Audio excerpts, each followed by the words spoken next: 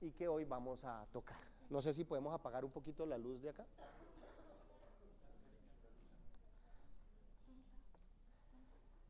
Perfecto. No, y ya está corriendo. Eso.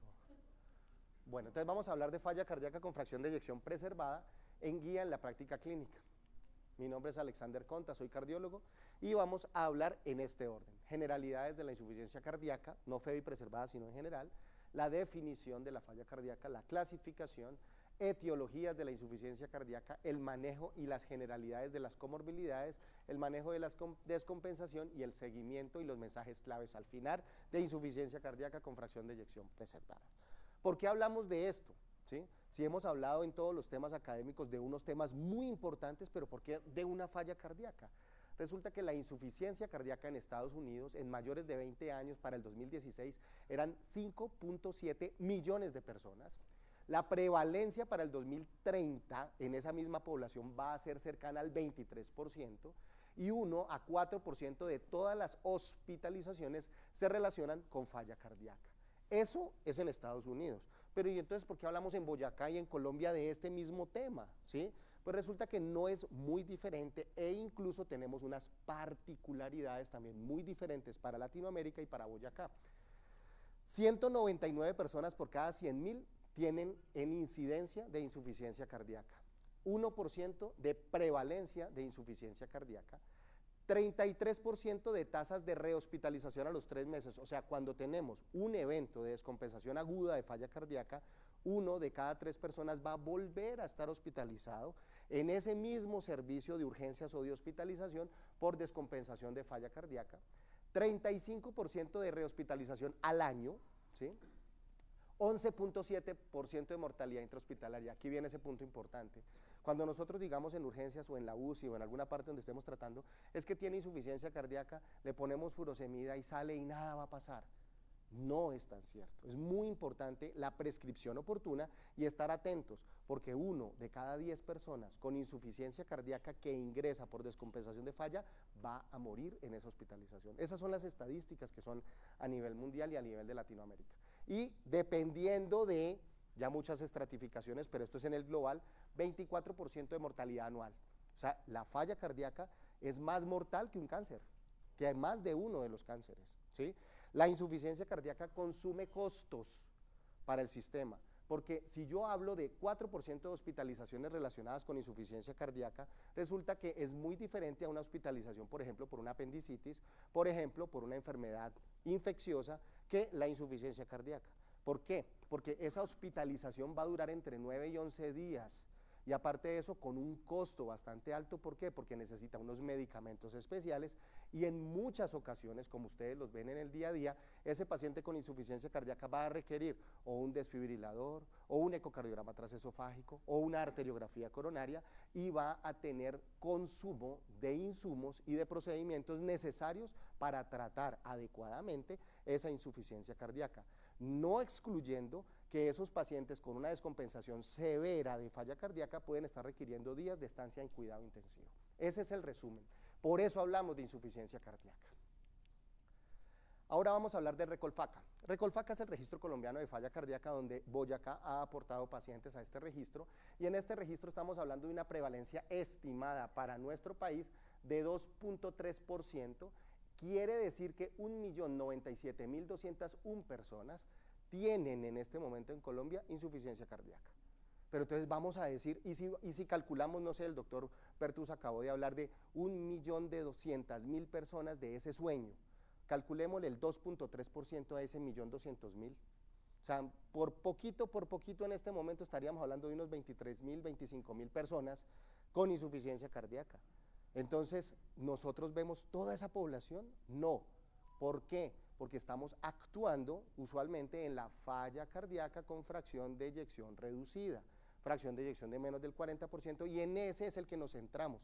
Pero la falla cardíaca con fracción de eyección preservada, o sea, el que en el ecocardiograma vemos una función ventricular por encima del 50%, tiene, y lo decimos así, igual mortalidad a largo plazo que la falla cardíaca con FEBI reducida. Tiene más reingresos y rehospitalizaciones por falla cardíaca descompensada que la falla cardíaca con FEBI reducida cuando le hacemos un óptimo tratamiento, con terapia médica óptima. Y la mortalidad es igual.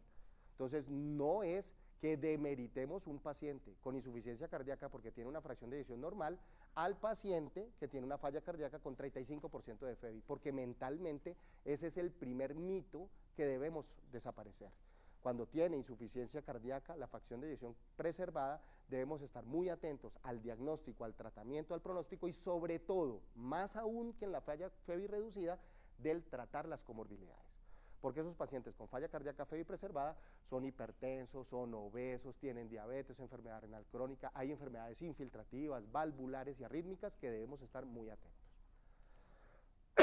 ¿Vamos hasta ahí? ¿Sí vamos claros?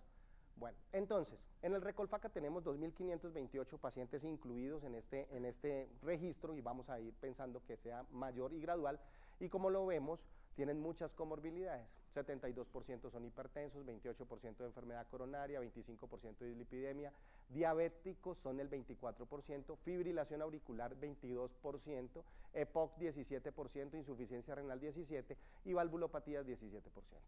Entonces, primera nota mental, cuando tengamos un paciente con insuficiencia cardíaca, debemos evaluar muy bien estas comorbilidades. ¿Para qué? Para tratarlas oportunamente, cada una con su guía de manejo que tengamos. ¿Listo? Ahora, en Boyacá, que estamos aquí, estamos teniendo 175 pacientes del registro, o sea, 6.9% de toda la población que estamos aportando desde nuestro departamento para el Recolfaca. Creo que pudiesen ser más, solo que los invito porque se necesitan manos, ¿sí? Y también lo digo como servicio de cardiología, si hay alguien que desee tener un registro, llevar una población específica, hay pacientes con fibrilación auricular, con enfermedad coronaria, con hipertensión pulmonar. Hola, Perecito, buenas.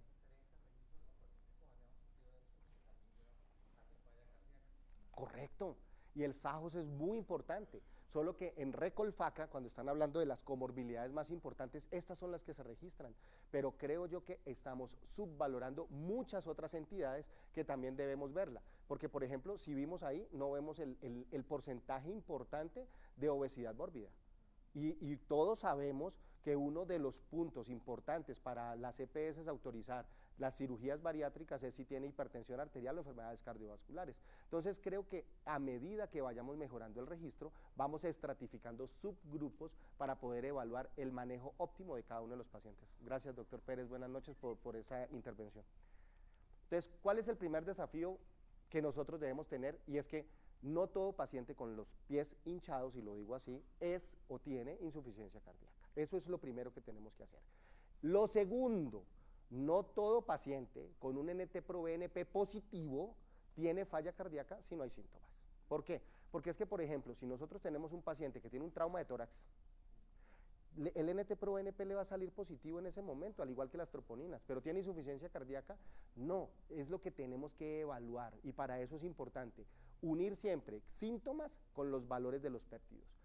No es un diagnóstico patológico único, sino que se trata de un síndrome clínico caracterizado por síntomas y signos causados por una anomalía cardíaca estructural o funcional que producen una elevación de las presiones intracardíacas o un gasto cardíaco inadecuado en reposo o durante el ejercicio. Esa es la definición, pero partimos de síntomas. Entonces, cuando nosotros decimos o hablamos de síntomas, es la disnea que está teniendo ese paciente, porque nosotros no podemos saber qué tanta disnea tiene un paciente porque no estamos en su cuerpo, por eso hay que saberlos interrogar.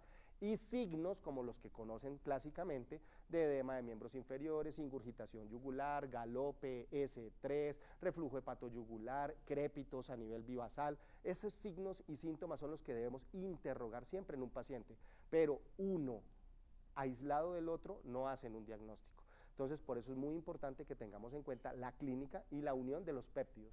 Para esa definición de insuficiencia cardíaca, no estamos teniendo en este momento el ecocardiograma. Paso 1, sospecha de falla cardíaca. Factores de riesgo. ¿Cuáles son? Los que acabamos de mirar en esos porcentajes. Pesquisa de enfermedad coronaria, dolor torácico, hipertensión arterial. La hipertensión arterial es la comorbilidad más frecuente en los pacientes con insuficiencia cardíaca en Colombia, 72% lo vimos. Entonces debemos siempre indagar de esa presencia o no de hipertensión arterial, y ahí sí me salgo un poquito de la falla cardíaca con FEBI preservada, pero tener en cuenta siempre que existe hipertensión de bata blanca, primer punto. Pero también existe hipertensión enmascarada, que es que está en el consultorio y la tensión es normal. Y usted le ordena un monitoreo de presión arterial, es hipertenso en su casa, o es hipertenso nocturno. Y esa hipertensión nocturna asociada a la apnea del sueño, como lo hablaba también el doctor Pérez, es muy frecuente y requiere tratamiento. Entonces, por eso siempre es muy importante que no nos quedemos con esa toma de consultorio, sino que estamos siempre buscando la presencia de hipertensión arterial, que es el factor de tratamiento más específico y más frecuente de insuficiencia cardíaca en Colombia. Primero, signos y síntomas. El electrocardiograma anormal. Hay un punto muy importante y es que un electrocardiograma normal, ¿sí?, que para decir normal necesita varios criterios, pero normal tiene una probabilidad de descartar insuficiencia cardíaca en el 95%, pero tenemos que saber muy bien porque la frecuencia cardíaca elevada, un PR elevado, un eje izquierdo anormal, ya no es un electrocardiograma normal, pero muy importante el electro para ese valor predictivo negativo de insuficiencia cardíaca, ¿sí? Después de eso vamos a interpretar los péptidos y aquí vamos a hablar del NT-proBNP. Entonces, NT-proBNP mayor o igual a 125 picogramos mililitro o BNP mayor a 35 en el ambiente ambulatorio. Sí, este es el paciente de consulta, no es el paciente que vemos aquí en urgencias, porque aquí en urgencias estaríamos teniendo valor de 300 y aquí valor de 100. Por eso es importante interpretar estos péptidos. Y después de que nosotros digamos, checklist, tiene signos y síntomas y factores de riesgo, checklist, tiene el NT-proBNP en 3000, que es un caso de la vida diaria aquí en el hospital. ¿Qué tiene? Diagnóstico, falla cardíaca. Eso es lo más importante. Ahora, no tiene signos y síntomas y el NT-proBNP está en 10. ¿Qué no tiene? Excelente. Es lo primero que tenemos que ver porque estamos fallando en eso. ¿Sí? Y yo creo que es importante reconocerlo. Vemos pacientes con sospecha o diagnóstico de falla cardíaca aún cuando se los pasan, por ejemplo, a medicina interna o a cardiología desde urgencias y el NT-proBNP está normal y uno va a evaluar el paciente y no tiene signos ni síntomas, o sea, no tiene falla. Puede tener otras cosas, dolor torácico, hipertensión arterial, una valvulopatía, cositas diferentes, pero diagnóstico definitivo de insuficiencia cardíaca no lo tendría. Por eso es importante que unamos siempre signos, síntomas, más péptidos. Después de eso viene el ecocardiograma. Ese es el orden académico, ¿sí? El ecocardiograma no le diagnostica o no le descarta insuficiencia cardíaca, eso es lo primero. Yo les agradezco mucho la confianza, pero un ecocardiograma con fracción de eyección del 65%, una aurícula levemente dilatada y una disfunción grado 1 puede tener o no tener síndrome clínico de insuficiencia cardíaca, con el mismo ecocardio, ¿sí? Ahora, que nosotros a esa disfunción diastólica solicitemos un ecoestrés ejercicio con modalidad de función diastólica es algo que en muy pocos centros en Colombia están iniciándose a hacer para desenmascarar esa insuficiencia cardíaca con FEBI preservada, pero en este momento no lo tenemos protocolizado en nuestro hospital. Entonces, ese ecocardiograma transtorácico, tal cual como ustedes los están viendo, puede corresponder a falla cardíaca o no. Por eso es importante que iniciemos en signos, síntomas, luego el péptido para confirmar diagnóstico y el ecocardiograma, ahí sí viene, pero no para decir si tiene o no falla cardíaca, sino para clasificar la insuficiencia cardíaca, porque no se tratan igual, ¿sí? Falla cardíaca con fracción de eyección de menos del 40% o fracción reducida, 41 a 49 o ligeramente o levemente reducida, o 50% o más falla cardíaca con fracción de eyección preservada, que la que nos vamos a centrar es esa, la que aparentemente la función ventricular está normal. Después vienen qué hallazgos anormales vamos a encontrar en ese ecocardiograma, decimos que la insuficiencia cardíaca está confirmada, ahí se define el fenotipo como lo mencionaba, menos del 40, 41, 49 o 50, que esta es la que vamos a hablar en el siguiente tiempo de la charla, y determinar etiologías e iniciar tratamiento. Como lo mencionaba, es importante porque cada uno tiene una guía de tratamiento y manejo y que son muy diferentes. Hasta ahí vamos. Si hay alguien que tiene de pronto alguna duda y la podemos ir solventando, está muy bien. Aparte de eso, agradezco mucho porque hay muchos colegas especialistas desde anestesia, neumología, medicina interna, cardiología, que cada uno, incluso ante las dudas que tengamos, las podemos construir porque esas perspectivas diferentes y desde áreas diferentes nos ayudan a ser mejores cada vez en nuestra práctica clínica. NT-proBNP, ¿sabemos interpretarlo? Resulta que estamos viendo ese 125, 300 y decimos que es diagnóstico o no, pero me hubiese encantado que el doctor Castañeda hubiese estado, o la doctora Forero, porque la interpretación de ese NT-proBNP según la edad también es diferente, ¿sí? Entonces vamos a mirar más adelante algunos puntos de corte. ¿sí? Estos son los niveles de recomendación, o sea, todo lo que es verde es clase 1, nivel de evidencia BSSC, ¿para qué? Tengo que llamar a mi hijo más tardecito. Entonces vamos a ver clase 1, un NT-proBNP para todos, electrocardiograma de 12 derivaciones, ecocardiografía transtorácica, radiografía de tórax y el análisis de estos estudios, ¿para qué? Para evaluar las comorbilidades asociadas a insuficiencia cardíaca, y aquí viene un punto que también veo que podemos mejorar bastante, y es en la pesquisa de déficit de hierro asociada a falla cardíaca. Todo paciente, y aquí viene un punto muy importante en la fracción de eyección preservada. Cuando nosotros tenemos falla cardíaca con FEBI reducida, levemente reducida y preservada, resulta que el grupo, como grupo, donde más deficiencia de hierro asociada a falla cardíaca tienen, es el preservado. Hasta el 70% de pacientes con falla cardíaca con fracción de eyección preservada, diagnosticado académicamente, tienen déficit de hierro asociado a falla cardíaca. Por eso debemos hacer la pesquisa, solicitar ferritina, saturación de transferrina y hacer el tratamiento oportuno cuando se necesite. A nivel ambulatorio, como lo mencionaba, es un número de 125, a nivel intrahospitalario estamos hablando de NT-proBNP, mayor a 300 es el diagnóstico para falla cardíaca, pero ¿en qué caso ajustamos ese valor? Si nosotros tenemos un paciente de 50 años, hasta 50 años, mayor a 450 picogramos mililitro, entre 50 y 74 años, 900 picogramos mililitro para diagnóstico de falla, y si tenemos más de 75 años, el diagnóstico de falla cardíaca es 1800 picogramos mililitro, ¿sí? Entonces, sí, señor. Ahí es donde viene este registro que es del doctor McCulloch. Ingresa pacientes en un diagnóstico netamente ambulatorios en su rol, ¿sí? El punto es que no hay un estudio donde intrahospitalariamente se ajusten estos valores por la edad, ¿sí?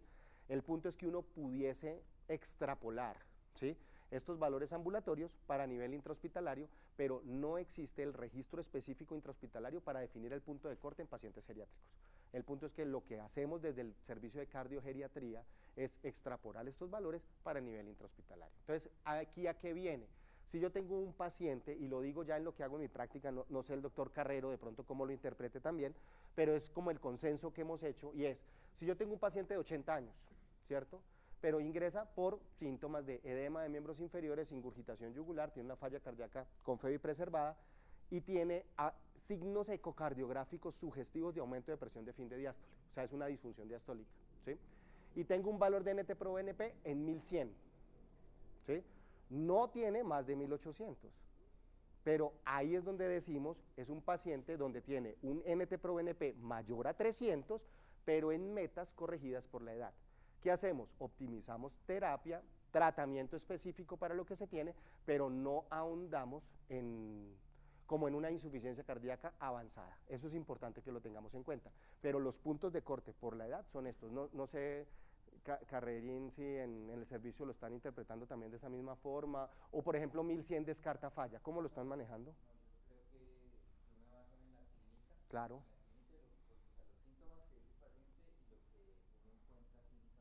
Perfecto. Si uno ve sobrecarga hídrica y descarta, por ejemplo, proteína significativa, pues... Me centro en la falla.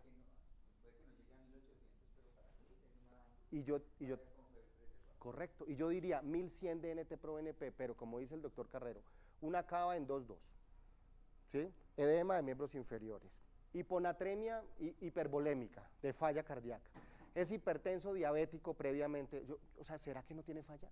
Pues la tiene 1100 de NT-proBNP, sí, solo que menos mal no tiene un NT-proBNP tan elevado, pero nos centramos en esos signos y síntomas clínicos de ese paciente. Ahora, si ese mismo paciente tiene un NT-proBNP de 80, yo ahí sí diría negativo para falla, o sea, hay que buscarle otra causa, pero el punto es el limbo que existe entre 300 y 1800, pero para un paciente mayor de 75 años. Por eso es importante que lo tengamos en cuenta, cómo corregimos ese NT-proBNP según la edad. ¿En qué caso ajustamos también nosotros en este momento el BNP? O sea, esto ya es para el BNP, que no es el que utilizamos en el hospital, pero es importante conocerlo. El corte general es 100 picogramos mililitro. Si nosotros tenemos un índice de masa corporal de menos de 25, tenemos un BNP de 170. Si tenemos un índice de masa corporal de 25 a 35, mayor a 110 picogramos mililitros, falla cardíaca, y si tenemos un índice de masa corporal mayor a 35, un valor de BNP mayor a 54 es falla cardíaca. Entonces, ¿qué es importante que tengamos en cuenta? Que el NT pro BNP lo corregimos según la edad, pero el BNP lo corregimos según el índice de masa corporal. ¿Qué quiere decir? Que a mayor edad yo tengo normalmente un NT pro BNP mayor, eso es lo que quiere decir, pero que a mayor peso y obesidad yo tengo insuficiencia cardíaca con valores de BNP más bajos. Por eso es importante que lo tengamos en cuenta. ¿Listo? Entonces así corregimos el BNP y el NT pro BNP. La clasificación en los diferentes estadios, estadio A, estadio B, estadio C y estadio D de NIHA. A es un paciente en riesgo, o sea, cualquier paciente, por ejemplo, así no tenga alteraciones estructurales o sintomáticas, como la hipertensión arterial, que uno dice estadio A, ¿sí? Que no tiene todavía daño órgano blanco, lo mismo sucede en insuficiencia cardíaca. Entonces, cuando tenemos ese estadio A en riesgo, estadio B es cuando ya tenemos alteraciones estructurales, pero sin signos o síntomas de insuficiencia cardíaca. Entonces es ese paciente hipertenso, con hipertrofia concéntrica ventricular izquierda, pero no tiene disnea, no tiene edema de miembros inferiores y un péptido negativo. ¿Tiene insuficiencia cardíaca estadio B? Sí, pero no tiene el síndrome clínico de insuficiencia cardíaca. Pero en este punto es muy importante, ¿por qué? Porque en esos pacientes ambulatorios, si yo no actúo a tiempo, si no ajusto terapias para esa hipertrofia ventricular, para realizar remodelado reverso, ya está en su siguiente fase, en nada, que ya empiezan los signos y síntomas. Y los primeros signos y síntomas es la disnea con el ejercicio, luego la disnea en reposo. Entonces, por eso es importante que actuemos. Después viene el estadio, que estamos hablando de estadio, el estadio C, donde ese estadio C ya tiene signos y síntomas más de las alteraciones estructurales, y el estadio D, que ya tiene una insuficiencia cardíaca refractaria que realiza o requiere intervenciones adicionales, como por ejemplo, ¿cuáles intervenciones adicionales? Entonces, cuando ya necesitamos un cardio resincronizador, un cardio desfibrilador o dispositivos de asistencia ventricular de destino. Ya está en una fase terminal o estadio D de insuficiencia cardíaca. También existen a veces algunas dudas de incluir en ese estadio D la falla cardíaca avanzada, porque por definición también tenemos, si tenemos una fracción de eyección de menos del 29%, si tenemos 2 o más hospitalizaciones por falla en un año, pudiese uno darle el criterio de un estadio D, pero ¿por qué? Por falla cardíaca avanzada, dado por 3 hospitalizaciones en el último año por falla. Por eso es importante que conozcamos cuándo clasificar en cada uno de sus estadios. Entonces, esos son los estadios de insuficiencia cardíaca. Dentro de la clasificación, siempre utilizar la clasificación NIHA, que es la New York Heart, clase 1, clase 2, clase 3, clase 4, creo que todos la conocemos, la fracción de eyección para ver reducida, levemente reducida o preservada, y también vienen 2 términos muy importantes, que es el deterioro de insuficiencia cardíaca o worsening, ¿sí? Y el mejorar o fracción de eyección mejorada de esa insuficiencia cardíaca, porque el tener 40% no significa que lo va a tener eternamente, puede tener después 20 y empeoró, falla, ¿sí? O puede tener después 55 o 60, mejoró, falla. Por ejemplo, en esas miocarditis agudas que uno ve con 30-35% arritmias ventriculares mientras va haciéndose el tratamiento de falla cardíaca, después esos pacientes están en 60 y asintomáticos, pero tienen insuficiencia cardíaca con fracción de eyección mejorada. Y siempre continuar el tratamiento, no hay que suspenderlo, con el punto de fracción de eyección más bajo que presentó ese paciente. O sea, si presentó 32%, se tratará siempre como falla cardíaca con fracción de eyección reducida. Eso es importante para no quitar las terapias con las cuales un paciente también recuperó o mejoró. La palabra no es recuperar, es mejorar, ¿sí? La hipertensión arterial es muy importante que la tratemos, entonces siempre recordar 120, 129 y diastólica menor de 80 milímetros de mercurio, una tensión arterial entre comillas elevada, hipertensión arterial en 2 escenarios, cuando tenemos más de 130-80 en promedio de 2 o más de mediciones obtenidas en 2 más ocasiones, o cuando tenemos más de 180-110 y enfermedad cardiovascular, podría diagnosticarse de una vez en una sola visita, o ya el monitoreo ambulatorio de presión arterial. No olvidar las condiciones óptimas para tomar la tensión arterial, sentadito, los pies apoyados, la sillita, la espalda con un apoyo y tener más de 5 minutos de reposo y pues tener las recomendaciones generales de respecto a la toma y respecto a las cosas del paciente, ¿sí? El objetivo. Para las personas con diabetes mellitus e hipertensión arterial, los objetivos de la presión arterial sí deben estar individualizarse y usualmente son más bajos, por eso la meta en el no prediabético es 135/85 y en el diabético promedio de cifras tensionales menor a 130/80, porque la combinación de hipertensión arterial y diabetes es muy lesiva para el corazón en insuficiencia cardíaca. Por eso es importante que tengamos los ojos siempre abiertos. El monitoreo de presión arterial y el AMPA, este se hace con un aparatico, se va paciente todo un día para la casa y regresa, ¿sí? Toma, dependiendo de cómo se programe, cada 20 minutos o cada 30 minutos también en la noche y toma los promedios. En el AMPA se debe realizar por 7 días, mañana, tarde y noche, y es por el paciente. Aquí cuando el paciente sí lo tome, es importante que no vale los tensiómetros radiales, ¿sí? Que sea un tensiómetro de brazo, ¿sí? Le enseñamos cómo se utiliza, con la misma técnica, sentadito, en reposo, todo como le hemos explicado, y que registre tensión arterial sistólica, diastólica y la frecuencia cardíaca. Y nosotros debemos contar para ese promedio entre 11 y 14 medidas y tomamos el promedio, como es mañana, tarde y noche, y debemos descartar las medidas del primer día. Esa es la recomendación actual para el AMPA, ¿sí? Resulta que en toma de decisiones es exactamente lo mismo. Cuando nosotros necesitamos subir un antihipertensivo, bajar un antihipertensivo, porque a veces los pacientes dicen en eso, es que doctor, la tensión en la casa siempre está bien, pues entonces revisamos y vamos titulando. Pero sí es cierto que el MAPA, que es el monitoreo ambulatorio de presión arterial, nos ayuda muchísimo cuando estamos sospechando hipertensión nocturna asociada a apnea del sueño. Entonces ahí un AMPA, despiértese a las 2 de la mañana a tomarse la tensión, no, para eso está el monitoreo de presión arterial, el examen. Y para el diagnóstico de hipertensión arterial.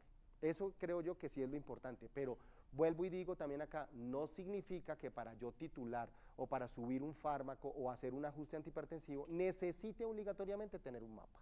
Entonces, esa sí es una cuña que creo que es muy importante, porque si educamos a nuestros pacientes y les enseñamos a tomarse la tensión arterial, es una herramienta más que suficiente para titular los fármacos antihipertensivos.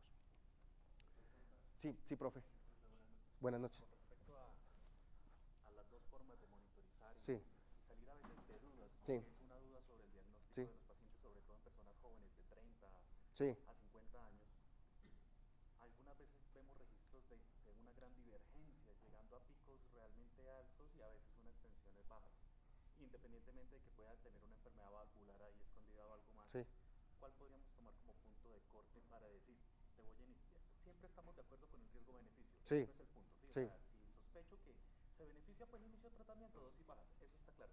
Pero habría un punto de corte en cuanto encontremos un porcentaje de cifras aumentadas como obligatorio para Sí. iniciar tratamiento. ¿Me O sea, explico? sí. En MAPA y en AMPA, si tengo un 20% de registros, un 15% de registros, un 30% de registros. O sea, no hablamos del porcentaje de registros fuera de metas, sino que debemos es tomar el promedio de todas las sistólicas y el promedio de todas las diastólicas de esos 14 tomas de los 7 días como mínimo, cuando estamos hablando de AMPA, y si tenemos un promedio de tensión arterial sistólica de esas, descartando el primer día, si tiene un promedio de más de 135/85 en un no diabético, ¿sí?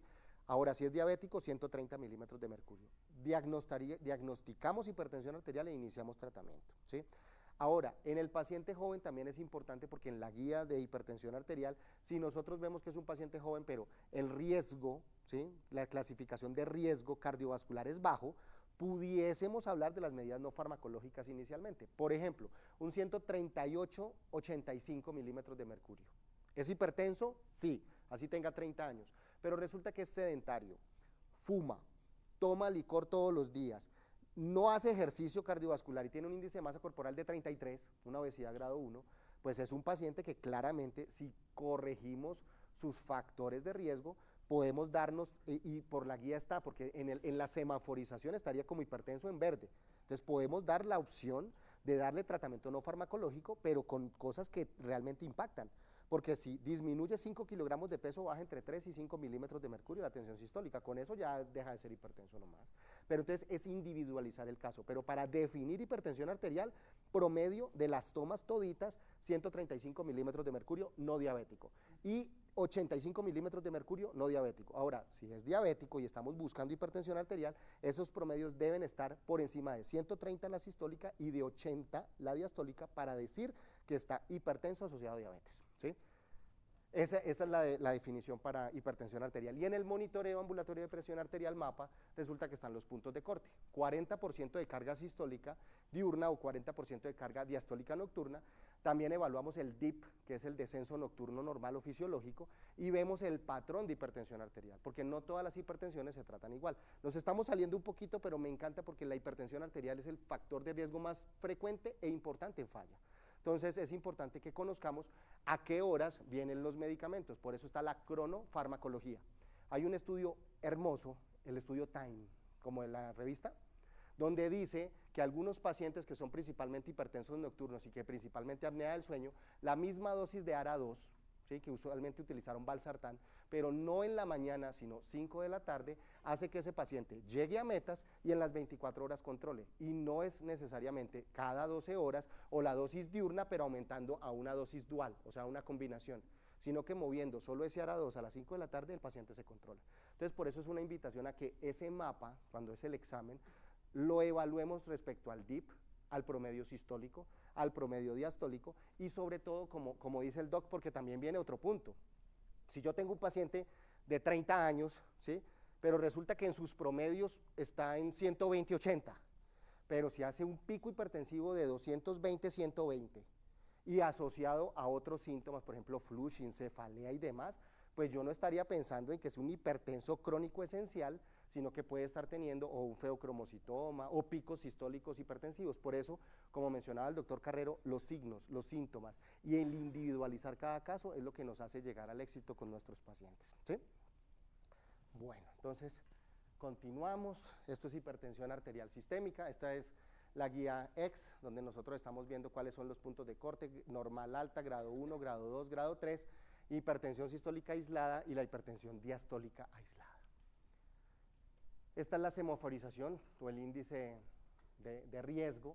Como lo mencionábamos ahorita, si yo tengo un paciente en este grado, bajo riesgo, que no hay otros factores de riesgo cardiovasculares importantes y la tensión arterial sistólica está en 130, 139, con una escala de riesgo de menos de 2.5% en pacientes menores de 50 años, pudiésemos darle tratamiento no farmacológico y evaluar evolución o respuesta. Decisión completamente diferente en un estadio 3, que si vamos a hablar en un estadio 3 es cuando ya el estadio me ha dado un evento cardiovascular mayor, y un grado 3, donde las tensiones arteriales sistólicas son mayores a 180 o diastólica mayor a 110, que me llega a un muy alto riesgo cardiovascular, como lo podemos ver acá, pues ese paciente no nos daríamos o no le daríamos ese aparente beneficio de una estrategia no farmacológica y control, ¿sí? O sea, por eso nos tenemos que acomodar en cuál es la mejor decisión. Si nosotros tenemos hipertensión arterial mayor a 130-80 milímetros de mercurio, iniciamos con un tratamiento antihipertensivo.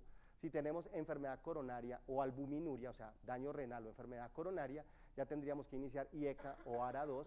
Si no tenemos enfermedad coronaria o albuminuria, pudiésemos decidir como monoterapia iniciar un bloqueador de los canales de calcio, un diurético o un IECA o ARA2.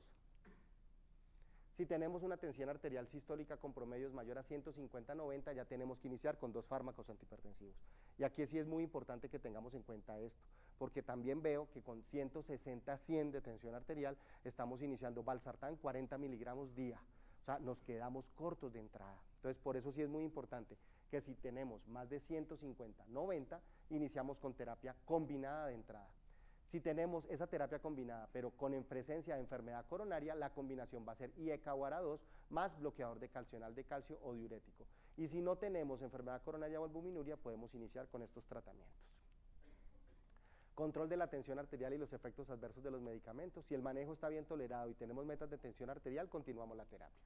Si no se logran las metas de la tensión arterial, como lo estábamos mencionando, 135-85 o 130-80 si es diabético o no, agregamos a otro fármaco a la terapia instaurada, o sea, terapia triple, donde ahí lo usual que estamos teniendo es que valsartán, hidroclorotiazida y amlodipino, o sea, bloqueador de los canales de calcio, un ARA2 más de un diurético. Y ahí vienen múltiples combinaciones, hay valsartán indapamida, telmisartán indapamida, telmisartán hidroclorotiazida, hay valsartán clortalidona, pero pues realmente todos son buenos, no se dejen llevar, y aquí también lo diría por el visitador de la industria, que le dice, es que este valsartán hidroclorotiazida es el mejor, realmente, o yo no sé, Carrerín, tú que has visto, pero con los que yo le pueda dar, yo he intentado indapamida, le he hecho también con irbesartán de 150 miligramos y realmente todos son buenos, pero el punto al que voy yo es que también es muy importante, estamos en una crisis del sistema de salud, el conocer, por ejemplo, en su distribuidor de su EPS cuál es el que hay. Entonces, por eso sí es importante, porque pues si tenemos valsartán, clortalidona, hidroclorotiazida, ¿por qué me tengo que ranchar yo como médico que tiene que ser irbesartán con hidroclorotiazida y levoamlodipino? Porque las hay. Entonces yo creo que sí es importante el conocer, no sé, Carrerín, si de pronto tú tengas alguna combinación como más específica o qué experiencia nos puedes ayudar. Pues digamos que es más por la facilidad de la entrega. Yo también creería lo mismo. Por la facilidad de la Mm, entrega. Creo que uno tiene que presionar como médico a la EPS, sí, porque cuando solo formulas uno al mes, pues la farmacia no se preocupa de comprarlo. es cierto. Todos formulamos el mismo, empiezan, así pasó con las insulinas. Sí, Nunca entregaban insulinas y ahorita entregan todo todas. el mundo entrega. Sí, Pues yo utilizo la triple terapia, que es la que viene el valsartán, donde tiene hidroclorotiazida. sí, y es muy buena. O sea, si me dice el paciente de Cosalud, no es que no me lo entregan, pues viejo, me toca separárselas, ¿sí? Hay que buscar una alternativa o Sí, no tengo una preferencia. sí. Entonces es la misma, es como el mismo mensaje, ¿saben? Porque realmente yo en lo personal tampoco tengo una preferencia específica que, por ejemplo, con X combinación es la que más metas tiene. Realmente todos son buenos, pero sí conocer con los operadores cuáles son los mejores. Y ahí yo sí creería, como dice el doctor Carrero, y es que no debemos vencernos, ¿sí? Porque la más fácil es decirle, bueno, entonces el valsartán solito de 160, el amlodipino de 5 solito y la hidroclorotiazida de 25, pero todos sabemos que disminuye adherencia, disminuye metas, ¿sí? Y salud. Y realmente creo que es muy importante que si nos unimos todo cuando un paciente realmente necesite algo específicamente, en tratar de seguir insistiendo de que se le suministre. Yo creo que ese sería como también el concepto desde nuestra área. Cardiomiopatía isquémica. Entonces, como lo vimos, el 72% de los pacientes en Colombia con falla cardíaca son hipertensos y ese es el concepto general de hipertensión arterial. Y ahí decimos, pero esto no era una charla de falla cardíaca con fe y preservada. Yo creo que todos están diciendo eso, pero el punto es que la falla cardíaca con fracción de eyección preservada, lo más importante es el tratamiento de las comorbilidades. Si nosotros no tratamos las comorbilidades, ese paciente no va a tener éxito en sus síntomas, porque resulta que yo le puedo dar, pues, yo puedo resumir la charla en FEBI preservada en decirle beta bloqueadores e ISGLT2. Gracias, nos vemos luego, porque eso es lo que tiene evidencia en falla cardíaca con FEBI preservada. Pero realmente, si no tratamos un paciente con 165/90 de promedio de tensión arterial, ¿ustedes creen que la disnea se le va a quitar? Por más beta bloqueador y empaglifosina o dapaglifosina le suministremos. Entonces, por eso es muy importante que cada puntico lo tengamos claro. Ahora vamos a hablar de cardiomiopatía isquémica. Entonces, definir la cardiomiopatía isquémica es una enfermedad ocasionada por la arteriosclerosis de las arterias coronarias, ¿sí? Que esa es la más importante o principal, 95% de los pacientes. Aquí empieza la estría grasa, luego la placa fibrosa, la placa aterosclerótica, pum, se rompió un pedacito, llegaron las plaquetas, la taparon y es un infarto agudo de miocardio con elevación del ST. Ese es el resumen de la aterosclerosis.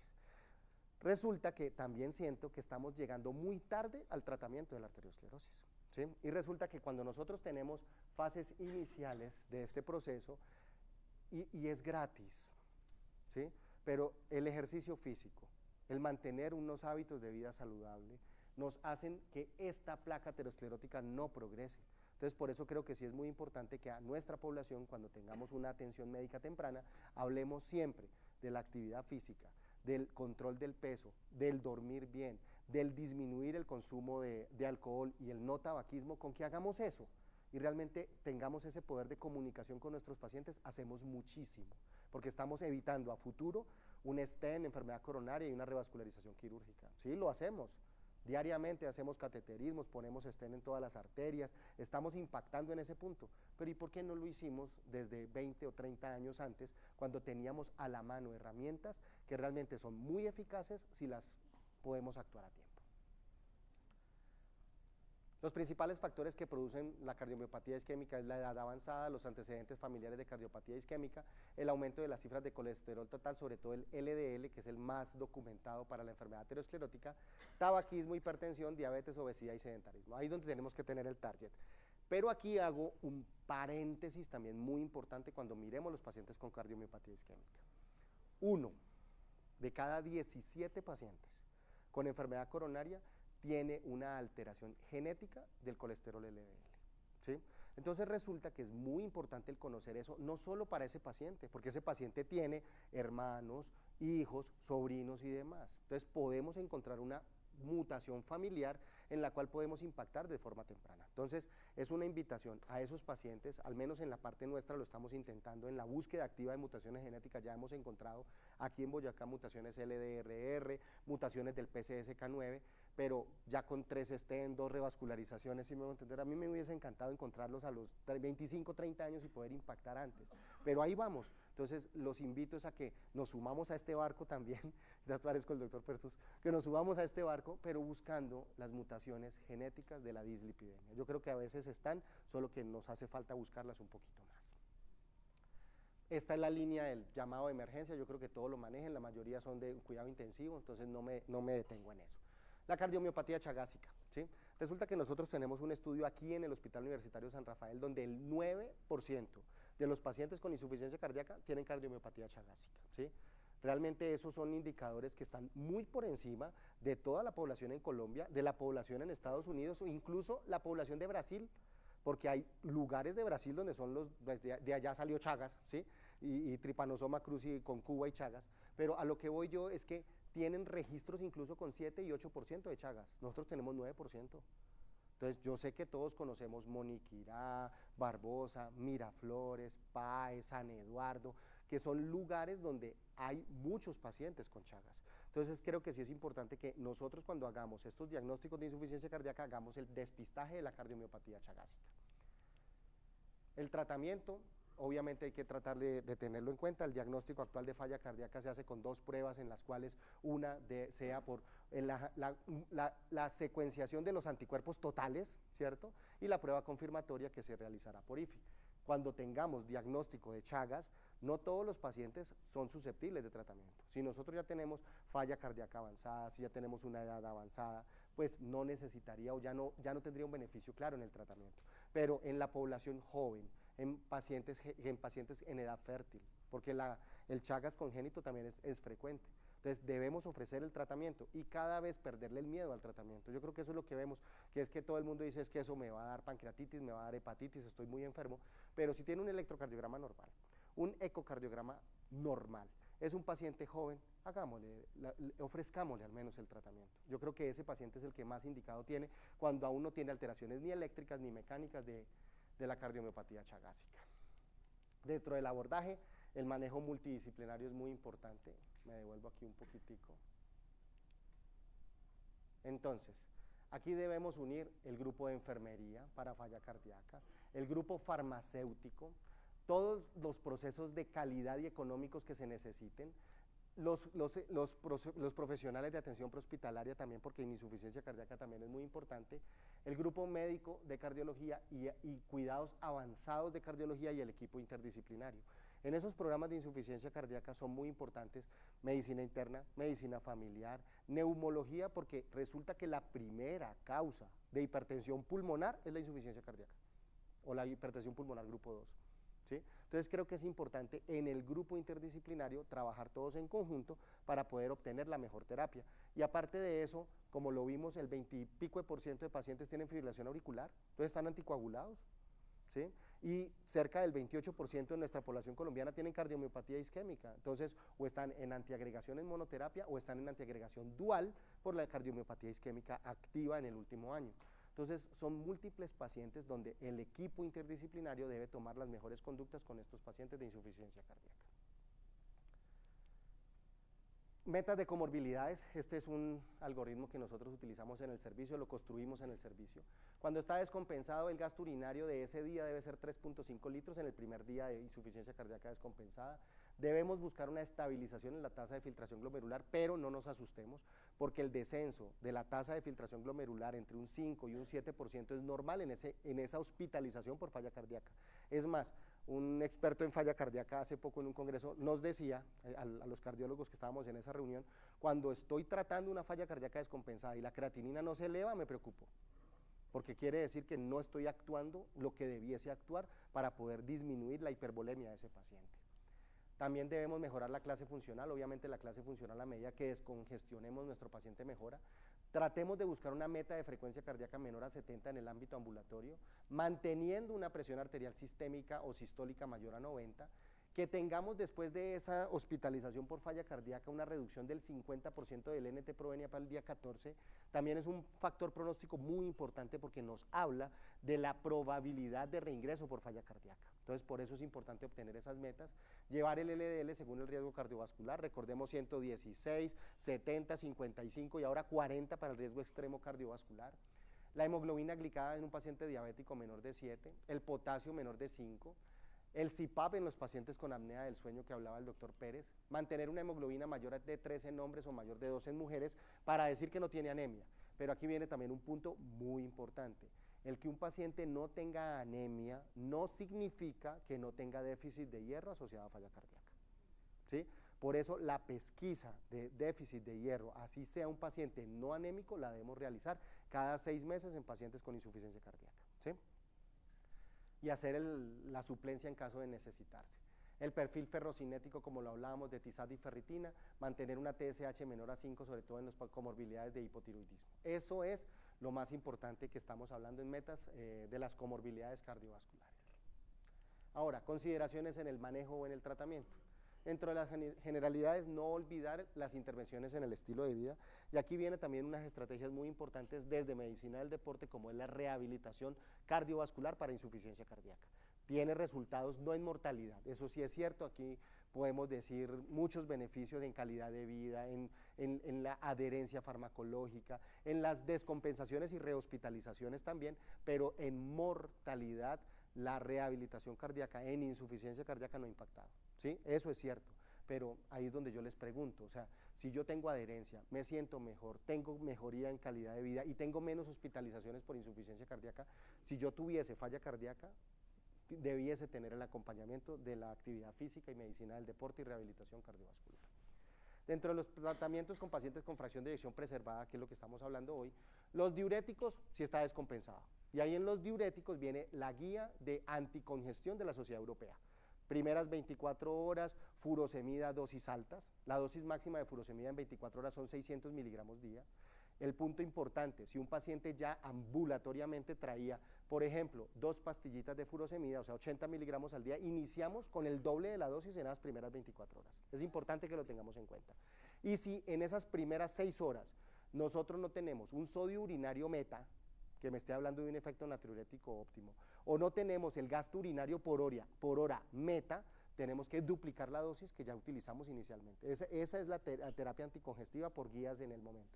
Y luego de las 24 horas, si no tenemos metas, podemos hacer asociaciones de diuréticos. Entonces, por ejemplo, clortalidona, furosemida, cetazolamida, y la espironolactona actualmente no es considerada como un diurético en anticongestión, eso también es importante. La espironolactona en insuficiencia cardíaca con fracción de eyección reducida, aunque los estudios principalmente toman punto de corte de 45% para abajo, ¿es para qué? Para remodelado reverso y muerte súbita. O sea, para eso es que se utiliza la espironolactona, pero no es como terapia diurética en anticongestión en falla cardíaca descompensada.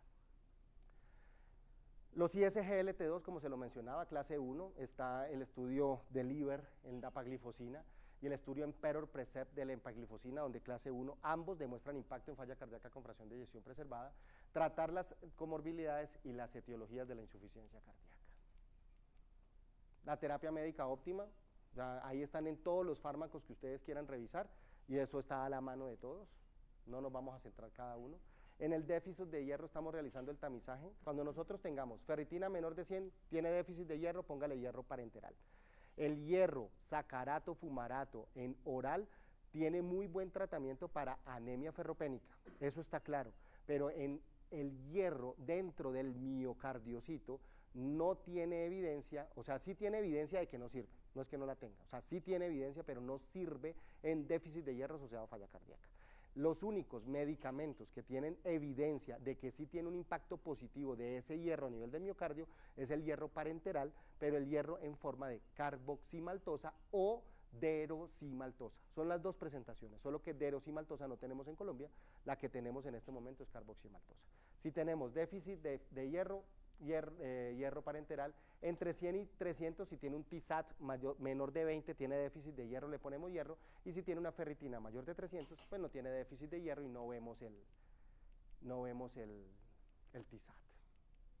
Aquí están los ensayos, el Iron Out, el Fair HF, también está el Affirm HF de déficit de hierro e insuficiencia cardíaca, que nos dan la evidencia actual para el déficit de hierro. Manejo de la descompensación, los diuréticos se han utilizado en la insuficiencia cardíaca durante décadas y siguen siendo la columna vertebral del tratamiento contemporáneo en la descompensación de falla. Ahora, la furosemida no es eternamente, porque si tenemos una terapia médica óptima, una adecuada restricción hídrica, un paciente en metas, esa furosemida no es necesario, sino solamente en los eventos de descompensación aguda de falla cardíaca. En el manejo de la descompensación, los bolos versus dosis fijas no han demostrado evidencia. El punto es que cuando tenemos una dosis muy alta, porque por ejemplo a veces nosotros estamos teniendo dosis de 300 miligramos de furosemida al día, pues realmente yo en lo personal prefiero en dosis altas la infusión continua. Es el mismo efecto, pero me garantiza que a las 8 de la noche, a las 9 de la noche, a la 1 de la mañana o a las 4 de la mañana ese paciente esté recibiendo la dosis, porque realmente lo que siento es que cuando son dosis muy altas, a veces no hay una adecuada administración, diría yo, del fármaco, ¿sí? Pero pues realmente hay una evidencia clara de que dosis en continuas versus bolos, el resultado en anticongestión es el mismo, sin diferencia significativa. Aquí estamos con los diuréticos en casa, esta es la guía de terapia anticongestiva. Si 6 horas después de los bolos de furosemida no tenemos las metas, que ¿cuáles son? Sodio urinario mayor de 50 a 70 miliequivalentes litro, guía americana, guía europea, ¿sí? Yo realmente tomo la dosis de 50 y eso simplemente uno lo solicita como sodio en orina y se la toman. Pero si yo ya tengo un sodio urinario, por ejemplo, de 90 miliequivalentes litro, la dosis de furosemida tiene un efecto óptimo natriurético. Pero si yo tomo ese sodio urinario y está en 30, eso quiere decir que así le haya puesto 120 miligramos de furosemida, no es una dosis diurética óptima para ese paciente y tenemos que duplicar la dosis. Bueno, o que tengamos una diuresis de más de 100 mililitros por hora. O sea, si en esas 6 horas no ha orinado 600 mililitros, tampoco estamos teniendo metas por gasto urinario. ¿Y qué hacemos? Duplicamos la dosis. Eso es lo que tenemos que hacer. Y si tenemos la meta, pues mantenemos la dosis de los diuréticos. Ese es como el resumen importante que quería hablar de la terapia anticongestiva. Manejo en la descompensación. Yo sé que empezamos un poquito tarde, son las 7:30, pero podemos continuar, ¿sí? O si quiere paramos o les propongo que hagamos una segunda reunión porque es que ya está tarde. O sea, y yo sé que están haciendo un esfuerzo grande, pero a mí me interesa es que el mensaje quede, ¿sí me entiende? O sea, continuamos y prometo hablar rápido o hacemos una segunda, porque voy hablando rápido, estoy haciendo el esfuerzo. Sí, pero les agradezco que en serio de ustedes hemos tenido todo el apoyo, pero ya son las 7:37, ¿sí? Yo por mí no tengo lío, ¿sí? Claro. No sé, yo me amoldo. ¿Tratamos de terminar rápido para que salgamos de este tema? Listo, entonces en el manejo de la descompensación, la terapia diurética combinada son las tiacidas, entonces hay un bloqueo secuencial de la nefrona, inhibidores de la anhidrasa carbónica. La acetazolamida, hay un estudio muy importante reciente en el Congreso Europeo de Cardiología, donde utilizan acetazolamida pero intravenosa, sino que en toda Latinoamérica hemos estado extrapolando esos resultados con acetazolamida oral y los resultados son muy buenos. Y ya hay unos estudios en curso de manejo de descompensación de falla cardíaca con acetazolamida oral. Entonces, a veces lo han visto de que en esos pacientes muy refractarios nos vamos con clortalidona, furosemida más acetazolamida y así hemos sacado, no muchos porque no hemos sacado 100 o 200, pero los pacientes que han necesitado ese tratamiento creo que han tenido un buen resultado. Entonces, por eso es importante que tengamos en nuestro arsenal tiacidas con clortalidona y inhibidores de la anhidrasa carbona con acetazolamida. Sí. ¿De qué? Por eso, no, es que ni siquiera no es con la anhidrasa carbónica, es con los diuréticos, porque si nosotros estamos, ya para ir a la acetazolamida, son que estamos teniendo dosis de furosemida de 300 miligramos día, clortalidona 25 días, más acetazolamida, diariamente debemos evaluar BUN, creatinina y electrolitos, porque es muy importante que estemos atentos a la hipercalemia, a la hiponatremia y al deterioro de la función renal. ¿Sí, Henry? También. Pero es cierto que la acetazolamida en insuficiencia cardíaca, al igual que la metformina en los pacientes diabéticos con enfermedad renal crónica, la probabilidad de cetoacidosis euglicémica o normoglicémica no es tan alta con la combinación. También es importante que lo sepamos, pero debemos buscarlo, ¿sí? Entonces ahí está la terapia combinada. Los antagonistas de los receptores mineralocorticoides, entonces ahí donde estamos, en el antena HF, donde también nos pueden ayudar mucho a dosis altas de 100 miligramos día, y también saber que la titulación de los fármacos, porque por ejemplo en falla cardíaca con fracción de eyección preservada, nosotros es muy importante que tengamos en cuenta que la dosis de la espironolactona para falla cardíaca podemos tener entre 50 o en casos refractarios hasta 100 miligramos día, como en los casos de la cirrosis hepática. Los antagonistas de la vasopresina, el atolbaptán, no lo tenemos en nuestro hospital, pero es importante. Seguimiento de los posibles efectos de la terapia diurética. También es importante la hipocalemia, la hipomagnesemia, la hipocalemia con los antagonistas del receptor mineralocorticoide, la hiponatremia, que probablemente es dilucional por falla, el empeoramiento de la función renal, la hiperuricemia y la toxicidad. Pero en la hipercalemia, creo que sí también es muy importante, hay fármacos nuevos, como las resinas, el tipo Lokelma, que es un medicamento que hace que no suspendamos la terapia médica óptima, controlamos la hipercalemia y seguimos el tratamiento anticongestivo de esos pacientes con falla. Entonces la tenemos en el hospital, solo que cada vez pues, la indicación específica no es para todos los pacientes, pero que sepamos que contamos con ese arsenal terapéutico. En el paciente renal, pues la tasa de filtración glomerular, las tiacidas. Señor, sí, claro. Uno de los efectos adversos como que me llama la atención y es como el que más nos enfrentamos nosotros como médicos generales es el paciente que, sobre todo en las primeras 24 horas con dosis altas de furosemida, Sí. empieza a hacer hipotensiones. Sí. Entonces, ¿hasta qué punto somos permisivos con eso o qué manejo podemos dar? Perfecto. Yo ahí tengo que definir esto en el siguiente término.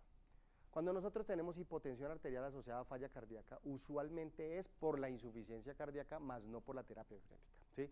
Porque lo que nosotros vemos es que si mantenemos la furosemida, ¿sí? Nosotros estamos disminuyendo la congestión, mejoramos el retorno venoso y estamos aumentando el gasto cardíaco. Entonces, cuando nosotros tenemos hipotensión, ¿a qué es lo que yo voy principalmente? Por ejemplo, no titulamos beta bloqueadores en falla cardíaca descompensada. Entonces, por ejemplo, a veces nosotros lo vemos con 90 latidos por minuto, descompensado Stevenson B, con carvedilol 6-25 días, y como nos preocupa esa taquicardia y la meta es menor a 70, pero ya en manejo ambulatorio, lo que hacemos es titulamos el beta bloqueador para disminuir frecuencia, pero en un paciente con falla descompensada. Entonces, ahí viene el disminución del gasto cardíaco por el volumen latido y la frecuencia cardíaca, así estemos aumentando retorno venoso por el manejo de la congestión. Entonces, ver las alteraciones farmacológicas de los otros medicamentos. A veces también yo que veo, les agradezco por tener tan buena adherencia al sacubitril o valsartán, ¿sí? Porque yo veo que realmente se está prescribiendo, estamos dando el beneficio a los pacientes con falla, pero resulta que en la titulación en el paciente descompensado, ¿qué es lo importante? Secarlo.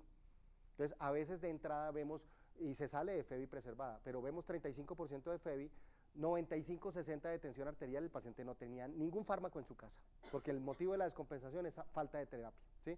Entonces, ahí nosotros le iniciamos el beta bloqueador, la espironolactona, el sacubitril o valsartán, la empaglifosina y la furosemida 40 miligramos IV, y resulta que lo tenemos en 70-40 en una hora.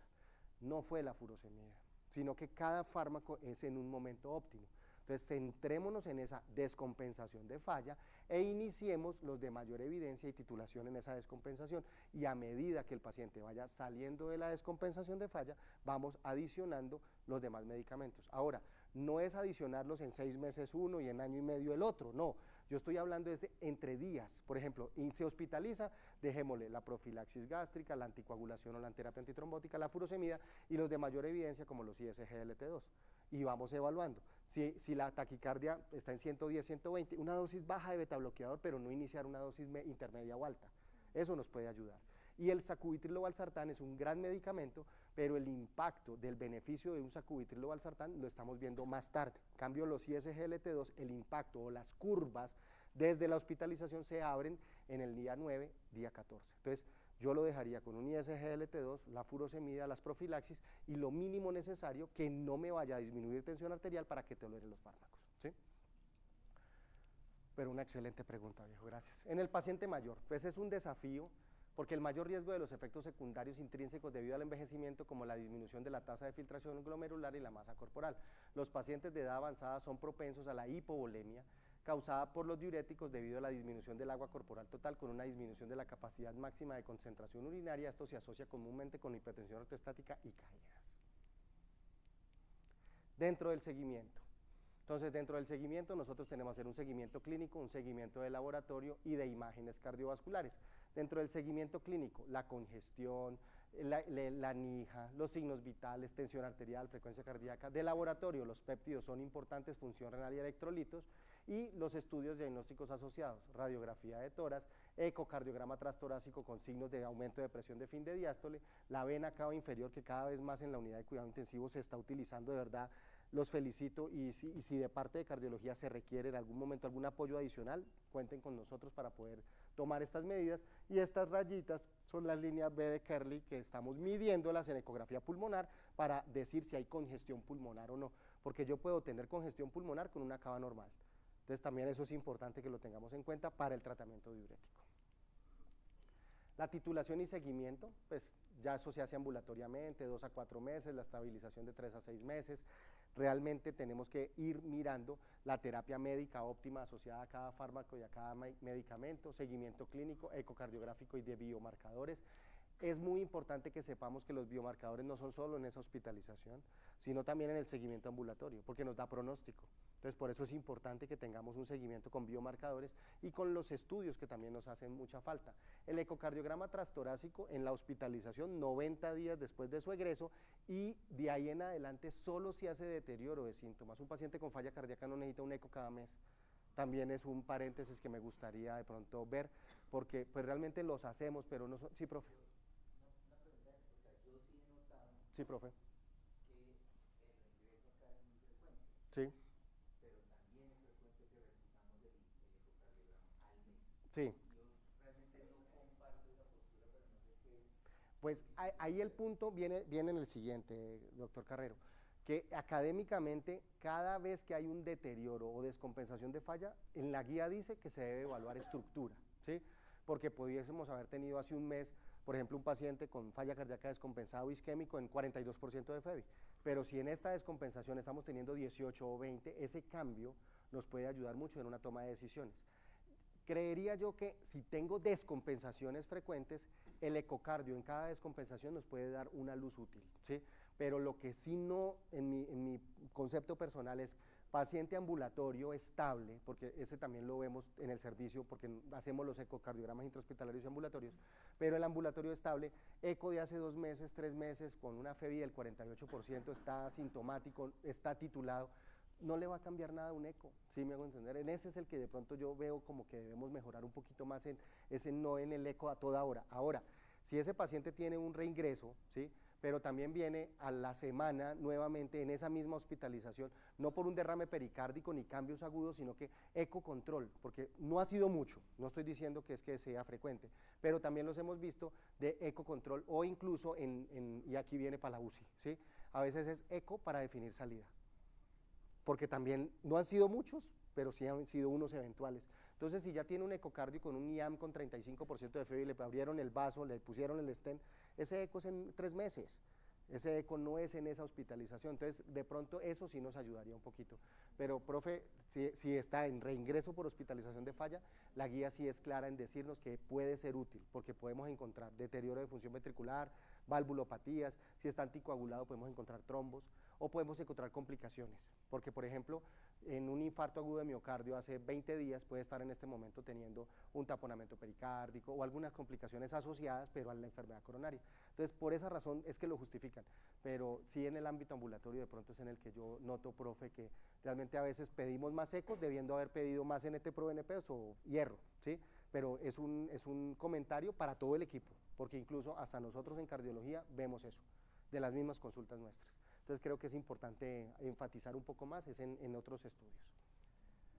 El perfil ferrocinético, es importante que hagamos despistaje 3 a 6 meses y reevaluar. Los electrolitos, que esta es la frecuencia de uso de los electrolitos de forma ambulatoria, y la terapia escalonada, según el estadio A, que si está en riesgo, el estadio B, que es alteraciones estructurales sin síntomas, estadio C y en el estadio D. Como podemos ver, control de factores de riesgo, tratar la hipertensión, tratamiento farmacológico específico, la restricción de etaria, y hay que empezar con terapias avanzadas, resincronización cardíaca en bloqueo de rama izquierda, revascularización quirúrgica o cirugía de la válvula mitral, cuando tengamos en el TIM cardiovascular en falla cardíaca, antagonistas de la aldosterona como el nesiritide, inotrópicos como terapia de destino, como el protocolo Lionheart, trasplante o dispositivos de asistencia ventricular con terapia puente a trasplante o terapia de destino a casa, y pues las terapias adicionales de hospitalización y en casa.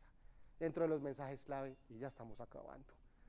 La falla cardíaca es una entidad prevalente asociada a diferentes factores de riesgo cardiovascular que requieren de una sospecha clínica para su diagnóstico y manejo oportuno. Su abordaje requiere de un manejo interdisciplinario donde se aborde el manejo de la falla, comorbilidades y el entorno del paciente. El paciente con falla cardíaca requiere una continua reevaluación de su estado clínico, así como de su abordaje terapéutico, buscando siempre titular las terapias farmacológicas a la dosis metas.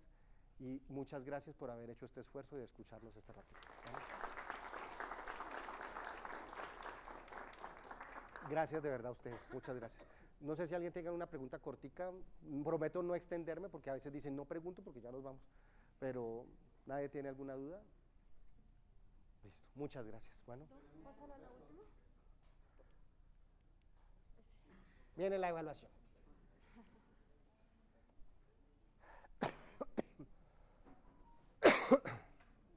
Eso, entonces nos ingresamos.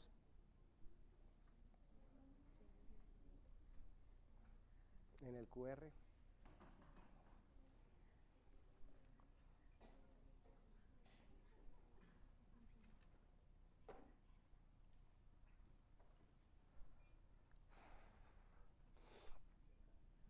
Ay, perdón. Gracias.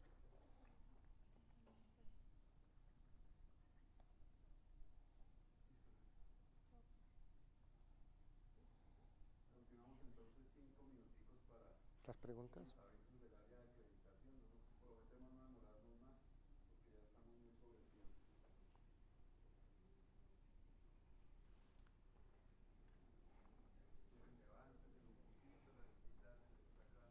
Sí, les entró.